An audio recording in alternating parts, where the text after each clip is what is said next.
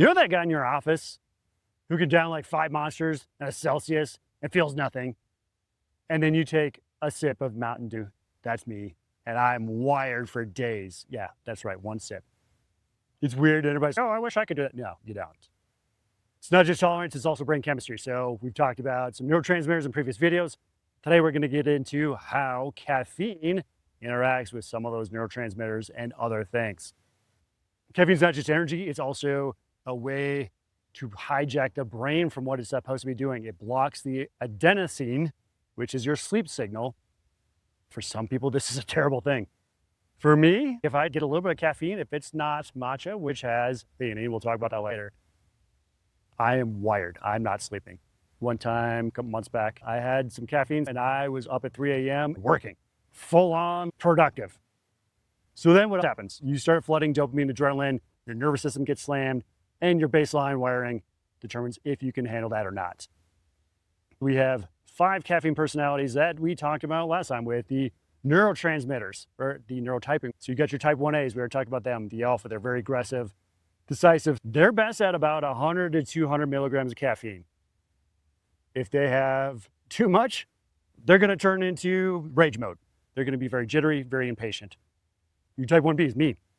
Fast, reactive, naturally skilled. This typically is 100 to 300 milligrams if rested. But for me, like I can't handle more than 30 to 50. So again, this is very individual, but because that happens to do with my DNA, not necessarily my neurotype. If 1B gets too much, they're going to be scattered in focus. 2A, you're chameleon. They're adaptable. They thrive on bursts of adrenaline. For them, they only need about 50 to 150 and only when needed. Afterwards, they're going to crash hard. They might go way up and then crash down. You're 2B. So this is more your mind-body connection, a little bit more emotional, a little bit more social. They got good muscle control. They're a little bit more social with other people. 50 to 100 milligrams max is probably all they're going to be able to handle because it's just too much for them. They do have a high risk of anxiety and sleep issues if they get too much caffeine and in general. Type 3, the analyzer. They're logical, they're structured. They don't like chaos. For them, they probably want less than 50 milligrams or none at all. Anything more and the nervous system breaks down. So interesting kind of case study. Like I said, I am for sure a 1B neurotype, but I react to caffeine like a 3. There's a little bit of a disconnect. It goes back to, if you look at the Braverman, I actually have a GABA dominance, which is my learned habits and my learned ways that I deal with life. And so because I have a very low baseline where I don't allow myself to get amped up, I don't need much stimulus. I love stimulus. Don't get me wrong, if you want to amp me up and set me off, it's fun, but I come crashing down right afterwards. High performers.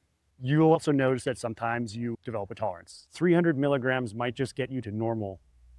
You're chasing the withdrawal without the performance, and you will start getting a stress overload. Your sleep and emotional fatigue will start to fry your dopamine receptors. That's the big thing with caffeine. It starts to affect dopamine receptors. Let's see. If you're hooked on the feeling of being locked in, that can force you to try and get more caffeine when you don't actually need it.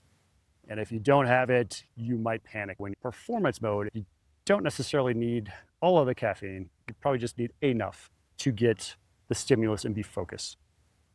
Smart caffeine rules. Minimum effective dose, more does not equal better, as we know, because you'll build a tolerance and it doesn't get better over time. Use the least that works. For me, I will do a matcha, which typically has 30 to 50 milligrams, and also has a theanine. We'll get into that in a little bit. And that's enough for not just that day, but I actually feel fairly focused for the next 2 or 3 days. All right, number 2, try to cut off your caffeine by 1 p.m. I know most of you can probably do it in the afternoon because that's when you get tired. Try a protein drink and electrolytes instead. It'll help you a little bit with your sleep later on. All right, so theanine. We're looking at 100 to 200 milligrams of theanine, and what this does is an amino acid that takes all that ampedness of caffeine and kind of levels it out. So you still get the focus, you still get all the positive benefits, but you're not jacked, you're not amped, you're not jittery, and you can just have this nice smooth focus. So 100 to 200 milligrams of theanine, great. Monthly, every couple of weeks, you should reset the receptors by just not doing it, unless you have withdrawal symptoms where you get the headaches, jitters, things like that. That'll allow you to regain sensitivity if you can do it without having too big of an impact on withdrawals. All right, so here's how to test yourself. Take 100 milligrams when you're well rested and fed, and see how you feel. If you feel great, cool. You probably don't need much more. If you're type 1 or type 1A or type 1B, if you have a spike and then a crash, might be an indication. If you're a type 2A and you feel anxious and scattered, or a type 3 and feel nothing, this will give you an idea with that 100 milligrams on where you're at. Genetics will determine how fast you will metabolize caffeine. Me, I metabolize it extremely slow. It takes a long time. It's called the COMT DNA, in case you're curious about that. If you're sensitive, you just got to deal with it. To me, it's a superpower because you can drink like no caffeine and be jacked. I'm generally very focused. I'll typically do alpha brain, and even that, I only need a partial dose. Once you've gotten to a point where you can get all the neurotransmitters and hormones in line, you don't need as much of the stimulants to get you going throughout the day. Caffeine's a tool. It is good for focus. It is good before competition. It is good before a mission. If you watch hockey, you'll see some coaches talk about not getting too high and not getting too low. You want to stay at a nice, even pace throughout the game, especially as you start playing in the playoffs. So that's where we want the caffeine to be at, is where you're at a nice, even pace. You're not too jacked and you're not too low. You want to be just right.